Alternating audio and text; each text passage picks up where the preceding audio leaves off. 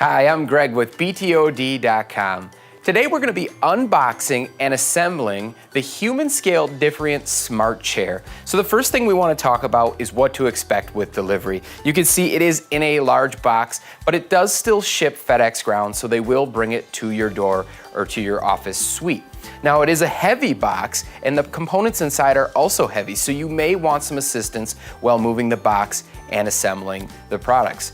One nice thing that I really like about the Humanscale products is they come almost fully assembled. So when we go ahead and we open up the box, you'll see inside there are two big components. The first is going to be the base with the casters attached to it and the cylinder in place. The second part is the larger portion of the chair, which is going to be your seat back and your seat.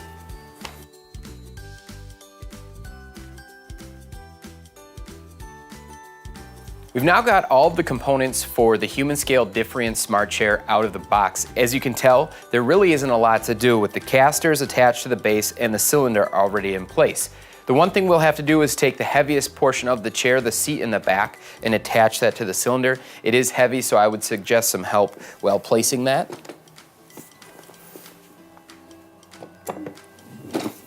You're gonna let that slide in place and then sit in the chair, and the assembly is complete.